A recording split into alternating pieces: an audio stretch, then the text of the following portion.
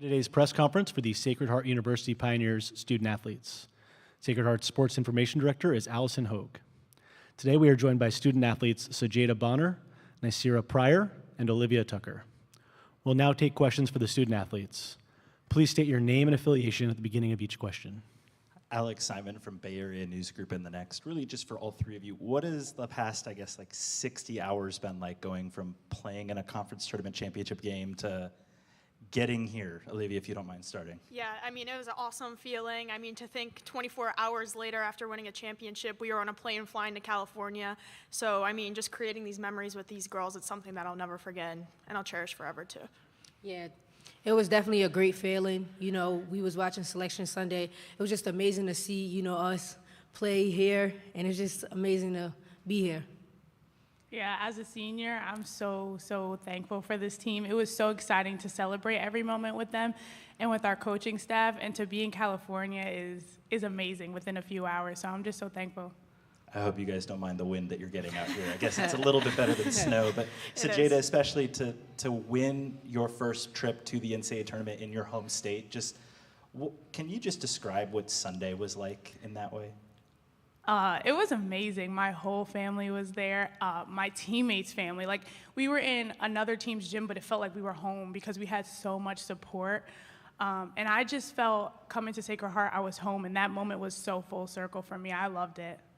Yeah, Olivia, I'll start with you for this, but Sajeda, I want to ask, since you both went to different schools first and transferred in here, just what has drawn you as you got into your college career to come to Sacred Heart to be a part of this program and to get to this point? Yeah, so Sacred Heart actually recruited me out of high school, so it was kind of a crazy story. I just didn't have a great freshman year at my previous school, and then Coach Minetti reached back out to me, and I visited campus, and the girls were just so welcoming, and it also was a strange time with COVID, but they just felt like a part of my family. So, just coming on campus, I knew that it was going to be my home for the next 4 years, so I was very thankful for her and my teammates as well.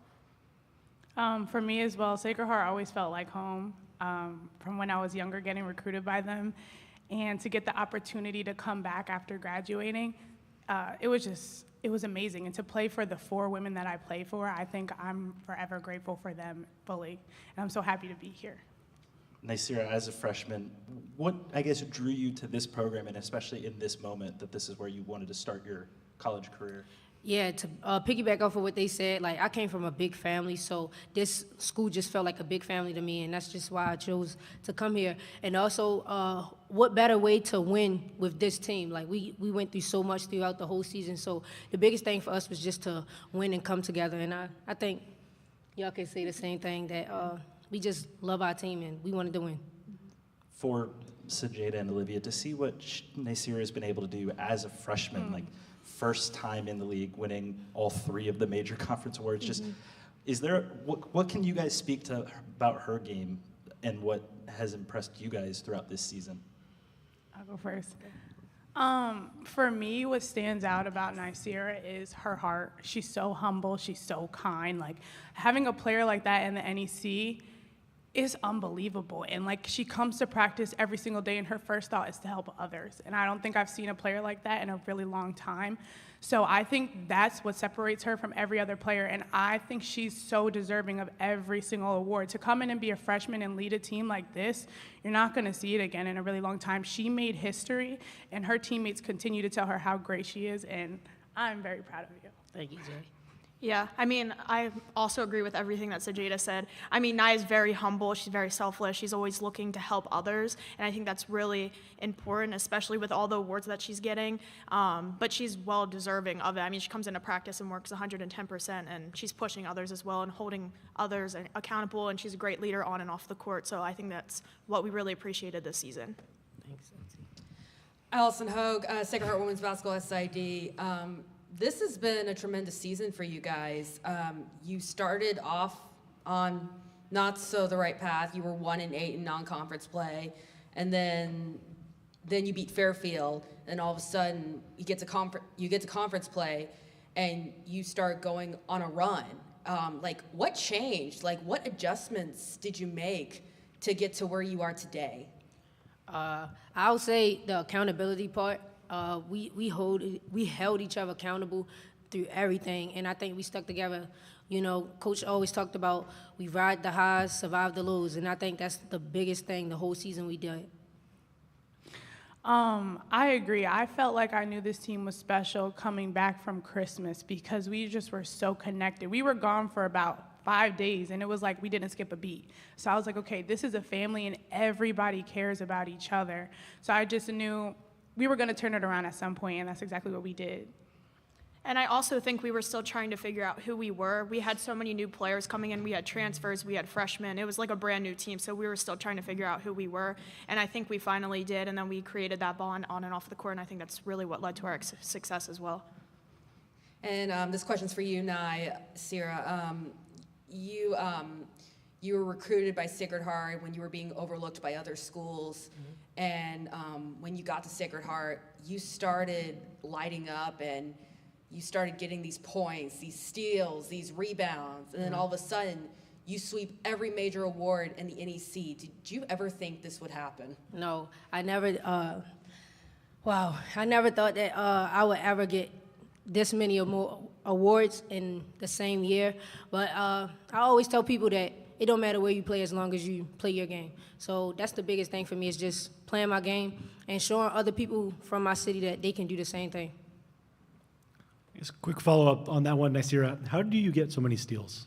I think it's just defense. That's always been my thing. You know, I always wanted to play defense that turned into my offense. So, Nai, what is the next step that you think you can or need to make with your game? I mean, it's a pretty incredible freshman year, but I assume you want to continue to do more beyond this. oh yeah, definitely going to continue to lead my team, but also, you know, just working on my shot. You know, working on things that I need to get better at, and it's only up from here. So Jada, I know when you were at Quinnipiac, you played in the WNIT. It's a little different with, the March Madness behind, but what can you remember about postseason basketball from last year over there? Postseason basketball was a fight. I think every day in practice, you really had to lock in on the important things. The games, as I can remember, were tough. You played to the wire. You played other great teams that had great seasons. So for us, and what I can tell my team is that just keep doing what we've been doing, fighting, staying together as a team, and willing ourselves to win. And I know, Olivia, if you want to start with this, you guys have just found out, getting over here, but what have you guys been able to kind of see about Southern in the little bit of time you've had to look ahead to tomorrow's game? I mean, a lot of credit to our coaching staff just because they had to put together a scouting report, a game plan in less than 24 hours. So kudos to them, especially because I know it's been a lot of work. And then also my teammates as well. We've been locked into scout. So, I mean, I think we have a great game plan coming into it, and I have confidence in us. I mean, it's definitely going to be a tough game because everybody at this level, they've won a championship. So I think just coming in and just playing the game that we usually play. And I guess, Nai, if you want to start with this, to know that if you guys get this win tomorrow, it's the first NCAA tournament win in the school's history in that way on the women's basketball program. Is that a pretty big deal to be able to achieve at this point? oh yeah, for sure. And I think that we're going to come out, we're going to stick to the game plan, and the outcome should be the way that we want it to be. When you're playing at your best, what's the style of basketball we can expect to see from your team? Definitely pushing the pace. You know, we play our game, and I think that's the biggest thing for us is just to, push in transition, play at our pace, don't take, bad shots, take great possessions, and play defense. Who's someone on your team to watch tomorrow that isn't currently sitting on the podium? Everybody. My whole team is a bunch of dogs, so everybody, my whole team. And then I guess last one, back in December after that Army game, did you believe you'd be sitting here right now getting ready to play March Madness with the March Madness logo in front of you and behind you? That's a really good question. Yeah. We were a young team. I think after that Army game, we were just focused on getting the next win. I don't think we were even thinking about March Madness and how special this team could be. We just wanted the next win. We were hungry. Yeah, for sure. Any more questions for the student athletes? Thank you, Sajeda, Naisira, and Olivia. Good luck tomorrow. Thank you. We'll now take a short break and be back with Sacred Heart University head coach Jessica Minetti in a few minutes. Thank you. Thank you very much. Good luck.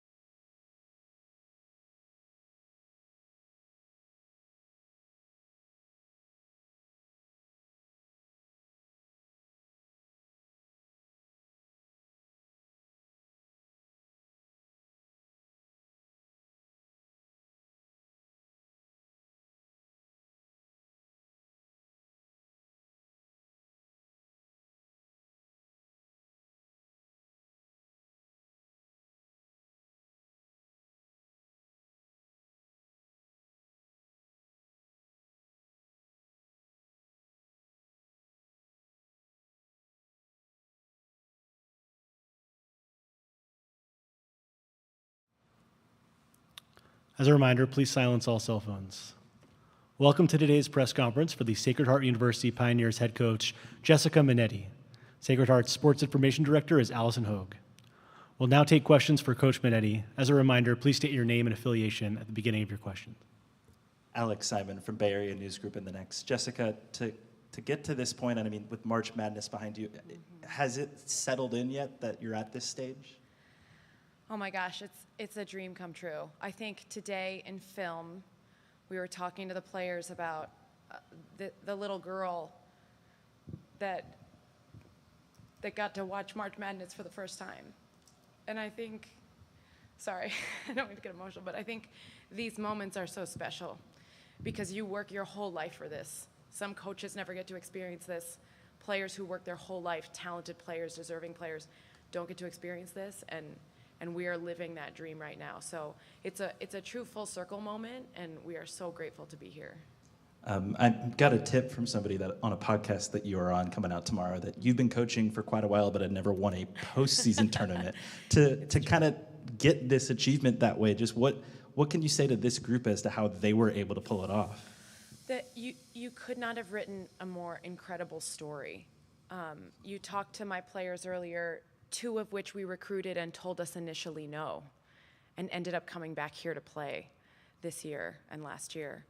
You talked to our freshman, who is one of the most special players to ever come through our program, to ever play in the NEC. She's amazing. And just to be able to share this has been incredible, you know? These are 2 upperclassmen that obviously they both said you recruited them before and you got them the second time that they opened up. But to hear them talk about Nye, who's a freshman, as she's a leader of the program, can you kind of speak to what that says about how Nye's viewed inside the program, that even as, one of the younger players in the program, she's kind of stepped into that role? Yeah, we knew Nye was going to be special in the recruiting process. She holds herself with such poise on the floor. She's a floor general. Nothing really shakes her.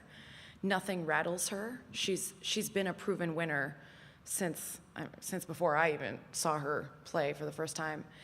And she has the respect of her teammates. She had it immediately when she got here. This is a kid who came very humble in the summer and said, man, I really hope to get 10 to 12 minutes this year on the floor. And we were like, what? 10 to 12 minutes? You're going to be our starting point guard. And I think she's so humble, it surprised her. And 5 games in, we named her a captain. We were searching for a little bit of leadership. We didn't really know the direction we were going to go. Like the players had mentioned, we were a new team, a young team, a team that didn't have a lot of playing experience. And so for her to come in and make this impact right away as a proven leader that they immediately respected, we finally had something to follow. And I think she brought our program to life once we decided we were going to have her as our leader. And she's never put us down. She's carried us the whole way gladly, and she would do it again if you asked. To get to this point, obviously, NCAA tournament, first time for you as a head coach. I'm sure we're happy to be here no matter what, but how do you view kind of being in the first 4 game as a head coach? Obviously, it's not the field of 64, it's the field of 68 you're in, but is there a different viewpoint at this point?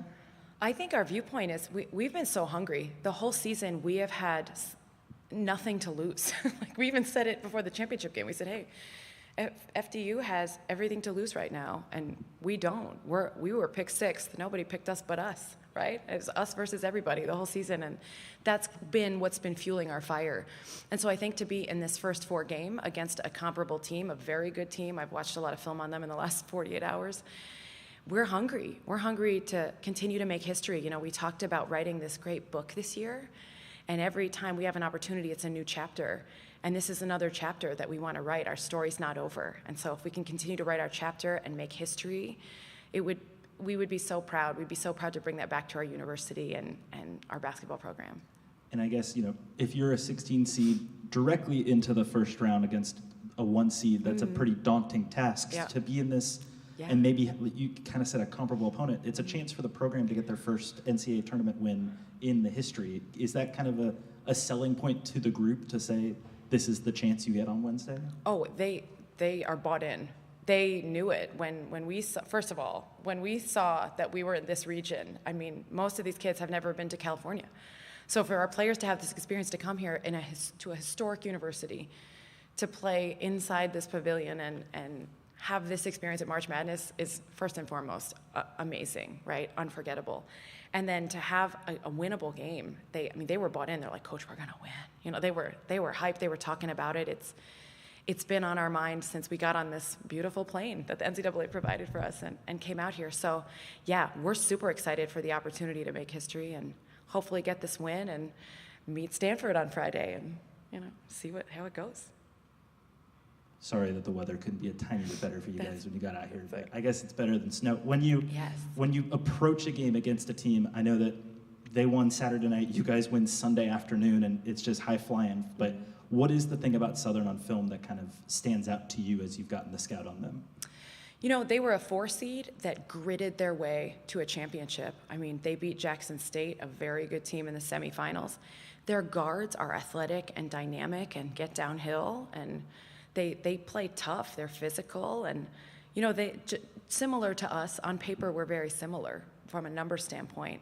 So I think similar to us, they're hungry. They have been fighting all season with something to prove, and so I think that matchup will be really an exciting one to watch. I mean, you're looking at 2 teams that nobody picked really to win it all, and we're now battling out at this on this national stage. So it'll be really fun. When during the season did you start to believe this might be the team that would get you over the hump and get this program back in the NCAA tournament?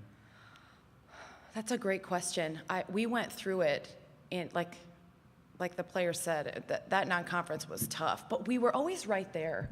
I think we saw really positive glimmers of hope even in these moments of loss, where once we figured it out, we could start to believe, like, hey, we just got to put 40 minutes together. We'd put 30 minutes together, 35 minutes together, 22 minutes together. You know, I could think of some games where I'm like, man, I just wish we could get one quarterback.